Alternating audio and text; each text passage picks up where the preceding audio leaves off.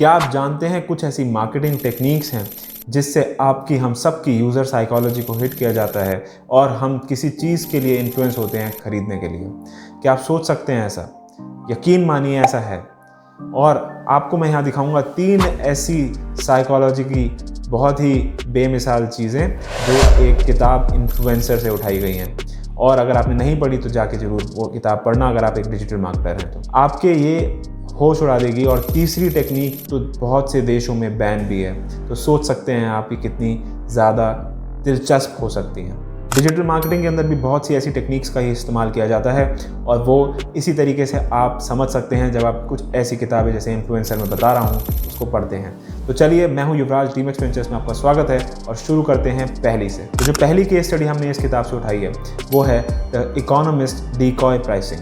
अब इसका मतलब क्या है वो जानते हैं। तो द इकोनॉमिस्ट, जिसने एक प्राइसिंग की सब्सक्रिप्शन रखी थी बहुत टाइम पहले, उसने एक सब्सक्रिप्शन का मॉडल निकाला था। तो इकोनॉमिस्ट ने एक बहुत ही इंटरेस्टिंग तरीके से अपने कॉन्सेप्ट को, अपने सब्सक्रिप्शन मॉडल को डिज़ाइन किया था और वो फेमस हो गया और आज के टाइम पे वो बहुत ज़्यादा चलता है। तो उन्होंने क्या किया, बेसिकली उन्होंने एक ऑनलाइन ओनली सब्सक्रिप्शन मॉडल निकाला जो कि इतने डॉलर का था, फिर प्रिंट ओनली सब्सक्रिप्शन निकाला जो कि इतने डॉलर का था, और फिर उसके बाद उन्होंने ऑनलाइन प्लस प्रिंट सब्सक्रिप्शन निकाला जो कि फिर से $125, जैसे कि मेरी स्क्रीन पे लिखा है, इस तरीके से था।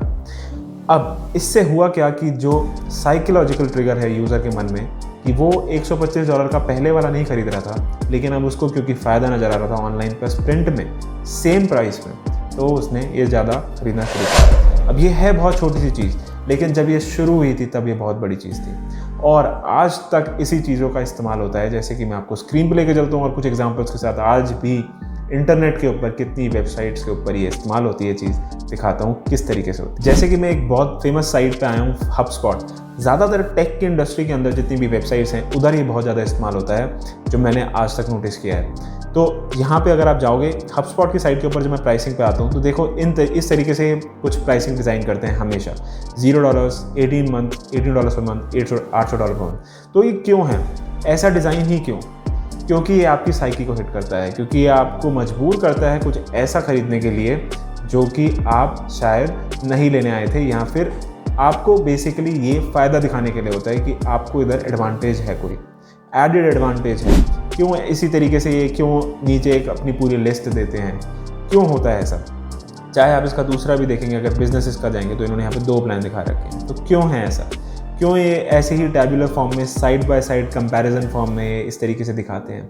क्यों ये यूज़ करते हैं? ये भी यही डिकॉय प्राइसिंग इफेक्ट का, जो तब इकोनॉमिस्ट को फ़ायदा दिया था जब उसने बहुत से लोगों को, उसने बहुत नए यूज़र्स को जोड़ा था और ये यूज़र की साइकी के साथ बेसिकली आप कह सकते हैं कि उन्होंने खेला, उन्होंने इन्फ्लुएंस किया किसी ऐसी चीज़ को खरीदने के लिए जिसके लिए वो पहले उतने पैसे देने को तैयार नहीं थे, लेकिन उसके बाद वो हो गए। इसी तरीके से आप और भी एग्जांपल्स देख सकते हैं। बहुत सी ऐसी वेबसाइट देखता हूँ, जैसे आप ये दूसरी एक होस्टिंग की वेबसाइट है कोई टेक की, तो इसके अंदर भी देखो क्यों आपको इसमें क्या नज़र आ रहा है? इसमें कुछ आपको नज़र आ रहा है कि आपका ध्यान जो है वो बीच वाले प्लान के ऊपर जा रहा है। क्यों? अब आप हो सकता है ये वाला लेना चाह रहे हो, लेकिन आप हो सकता है फिर आप देखेंगे कि यार ये वाला ज़्यादा है, ये वाला बहुत ज़्यादा कम है, तो ये वाला क्यों इन्होंने मार्क कर रखा है? आपका सारा अटेंशन बेसिकली यहाँ जाएगा और मोस्ट पॉपुलर लिख दिया इन्होंने, फिर इसका कलर कोड चेंज कर दिया, फिर इसमें कुछ एडेड एडवांटेजेस कंपैरिजन में दिखा देंगे ये, जिससे कि आप ये ना लेके $14 वाला प्लान ले लेंगे।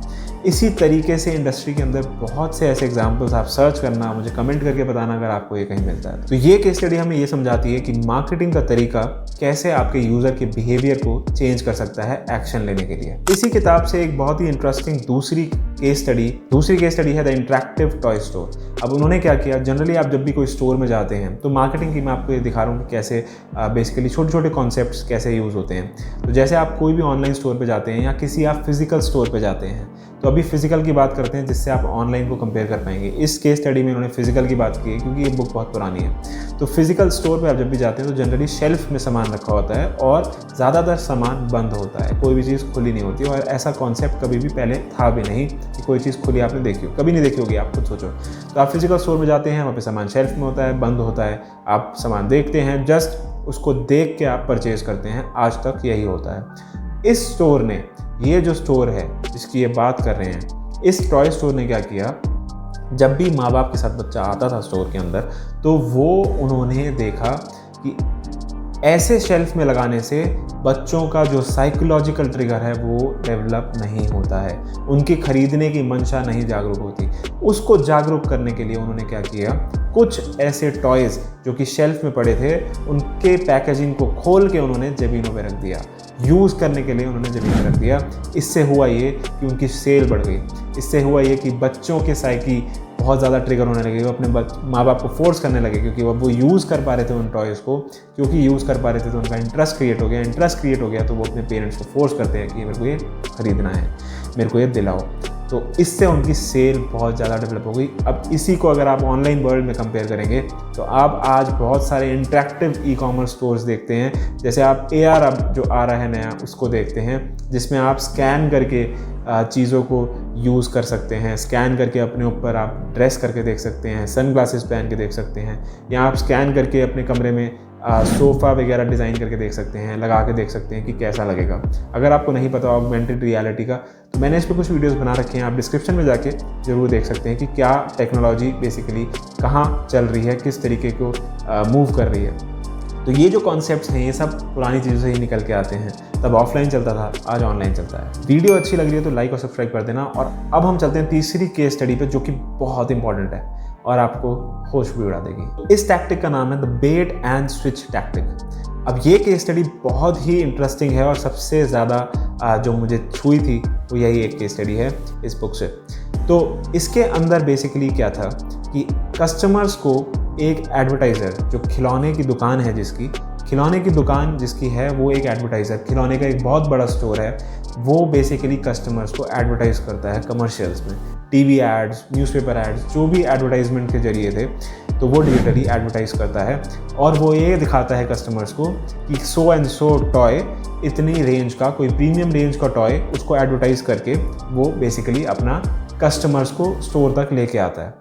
तो कस्टमर्स क्योंकि वो ऐड देखते हैं, वो स्टोर पे जाते हैं तो वहाँ उनको पता लगता है कि जब वो स्टोर वाले जब बताते हैं कि ये टॉय अवेलेबल नहीं है या आउट ऑफ स्टॉक है, तो इन्होंने वहाँ क्या किया, बेट दी यूज़र को एडवर्टाइजमेंट उनके लिए बेट थी, उनको बुलाने का तरीका।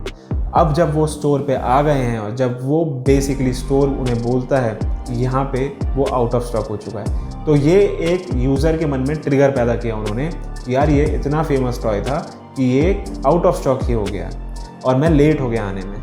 अब क्योंकि वो स्टोर में आ चुका है, अपने बच्चों के साथ स्टोर में आ चुका है, तो बच्चे और खिलौने देखेंगे और वो उसकी तरफ खरीदने के लिए कहीं ना कहीं मजबूर हो सकते हैं। क्योंकि ऐसा जनरली वो फेस्टिवल टाइम पे करते थे, तो होता क्या था कि खिलौने तो अब चाहिए ही हैं, बच्चों को नए खिलौने दिलाने हैं, फेस्टिवल है, तो अब फेस्टिवल के टाइम पे खिलौने दिलाने हैं, और अगर वो खिलौना नहीं भी मिल रहा तो दूसरा कोई खिलौना उनको वहाँ से खरीद के ही निकलना पड़ता था।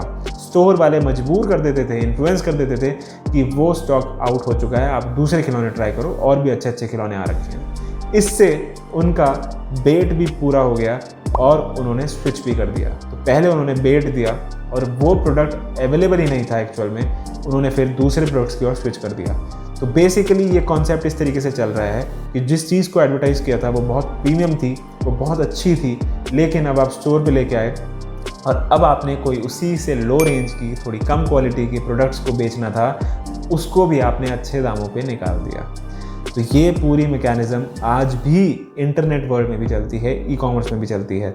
जब भी आपको, जैसे आपको मैंने पुरानी वीडियो में अगर आपने नहीं देखी साइकोलॉजिकल ट्रिगर्स के ऊपर कि कैसे इमोशनली ई कॉमर्स साइट्स कैसे मार्केटिंग की जाती है, किस तरीके से इमोशनली आपको इन्फ्लुएंस किया जाता है खरीदने के लिए, तो ज़रूर आप डिस्क्रिप्शन में जाके, यहाँ आई बटन पर मैं लिंक दे दूँगा, जाके ज़रूर देखिए, वीडियो आपके लिए बहुत अच्छी साबित होगी। तो इसी तरीके से इंटरनेट में भी, इंटरनेट ई कॉमर्स साइट्स पे या जितनी भी आप वेबसाइट पे जाते हैं, वहाँ पे आपको अर्जेंसी दिखाई जाती है, वहाँ पे आपको इन्फ्लुएंस किया जाता है इमोशनली किसी चीज़ को परचेज करने में। हो सकता है आपका मन नहीं है, हो सकता है आप एक चीज़ खरीदने आए थे, आप दो लेके निकल रहे हैं, हो सकता है आप जो चीज़ लेने आए थे वो आउट ऑफ स्टॉक दिखा दी और दूसरी आप लेके निकल रहे हैं। कहीं ना कहीं सेल तो होगी। तो इसी तरीके से ये केस स्टडी आपको ये समझाती है कि कैसे मार्केटिंग की जाती है जब सही से कैसे डिजिटल मार्केटिंग की जाती है जब सही से, तो आप लोगों के बिहेवियर को चेंज कर देते हैं, लोगों को इन्फ्लुएंस कर देते हैं किसी चीज़ को खरीदने के लिए। तो एज अ डिजिटल मार्केटर आपका यही काम है, एज अ बिजनेस ओनर आपका यही काम है कि आप लोगों की साइकी को समझें। तो आशा करता हूँ ये केस स्टडीज़ आपको बहुत पसंद आई होंगी। इसी तरीके से मैं आपको हर बार बोलता हूँ कि लर्न करो, अलग अलग किताबें पढ़ो, जैसे कि मैंने एक किताब बताई इन्फ्लुएंसर, आप ये जाके देख सकते हैं, ज़रूर पढ़िए। और भी किताबें पढ़िए, बहुत सी ऐसी किताबें हैं जिसके बारे में मैं आगे बिल्कुल वीडियोस बनाऊंगा, आपके साथ शेयर करूंगा कुछ ऐसी उसमें से समरी या कुछ केस स्टडीज़ जो आपके काम आ सकती हैं। अच्छी लगी वीडियो, काम आई आपके, इंटरेस्टिंग थी वीडियो, तो लाइक कर देना, सब्सक्राइब करके रखो चैनल को। मैं हूं युवराज, मिलते हैं फिर नेक्स्ट वीडियो में।